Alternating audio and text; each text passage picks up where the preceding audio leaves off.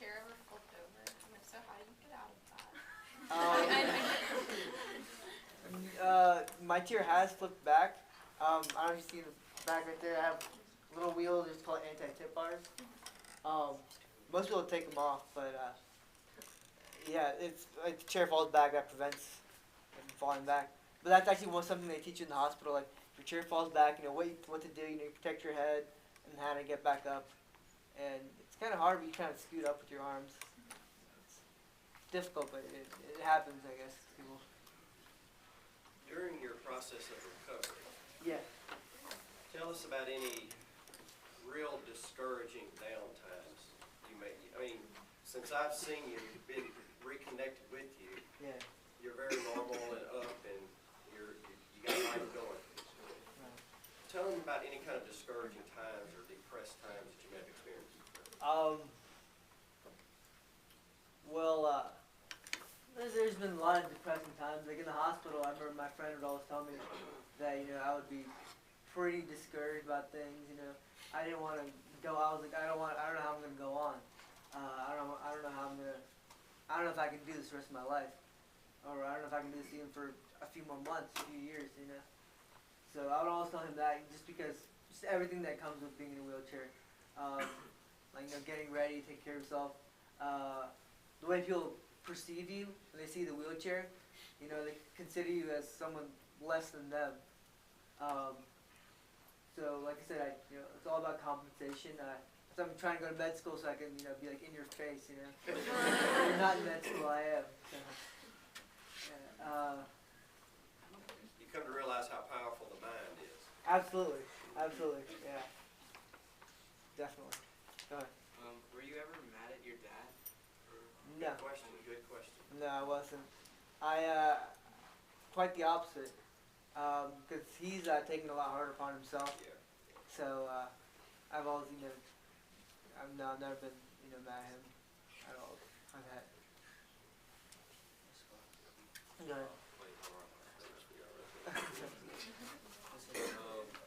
You get mad when people try to help you out because they think you can't do everything? No, I was actually telling someone this the other day.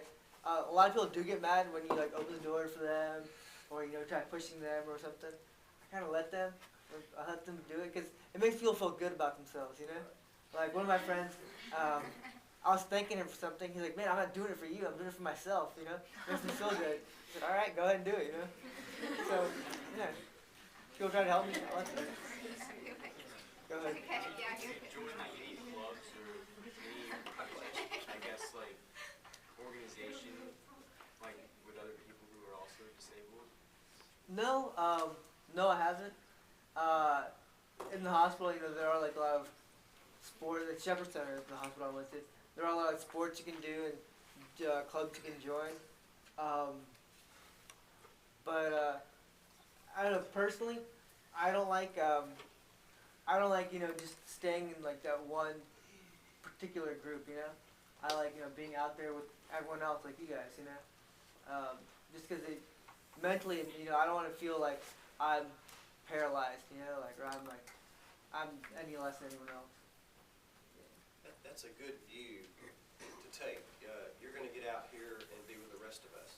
Absolutely. But I had the same question that I'm glad you thought of that. I was wondering if you had gotten involved in any, and I don't mean the word political, that's the only word I can think of, Right. any organizations that push to help folks who are incapacitated, but you haven't got into that part of it yet. Not yet. I have one of my friends, the guy who I told you who said he's doing it for himself. He actually wants to volunteer at Shepherd Center. So I'm thinking about volunteering there as well. And so far, a lot of there's a lot of research being done, for a cure for spinal cord injury. So I try to spread the news about that a lot of times via Facebook. So get a lot of invites. My friends get a lot of invites, join clubs or events that are going on, fundraising about this. How do you use that for yourself? Let's not go there. Yeah. Well, basically, I can't transfer onto a regular toilet. I have a stool on top of the toilet that I transfer onto. Yeah. There we go. I was wondering when that one was coming. I was thinking about that too. I was like, someone else asked how I got ready. But, How long did it take your sister and your dad to move from there into pretty quickly. One of my friends, I have a lot of friends in Augusta where my accident was, and one of my friend's dad's like really strict, and he took away my sister's crutches. And it was like, no, you're gonna learn to walk without them. And so she recovered. She was crying, you know. She was like cussing him out and everything, but she learned to walk pretty quickly. You know, she recovered pretty quickly. And my dad, his arm was weak for a while, for a few months, but you know he recovered from that as well, pretty quickly. Well, Any other questions? Now's your chance. Like, have you ever had problems with friends that you had before your accident? Not Yeah. being, like, That's a good question. That's a good Absolutely. question. Address that. Absolutely. That's one thing that also put me in, like, you know, pretty deep depression. But when you go through something like this, you really learn like who your real friends are, and it shows you like the true side of people. You know, some people you thought were your best friends, you know, suddenly aren't really there for you anymore. And then all of a sudden, like people you've never really talked to before the accident, maybe you might have met them once, or you haven't met them at all. They'll suddenly reach out to you. You know, they'll be visiting you all the time, or people visited me. Certain people like visited me a lot. You know, they always give me encouraging remarks and stuff. So I really became friends with those people. So it really shows you the true character of people. And yeah, a lot of people I was close to, I'm not really friends with anymore. But I made new friends. Yeah, definitely. Why do you think that happens?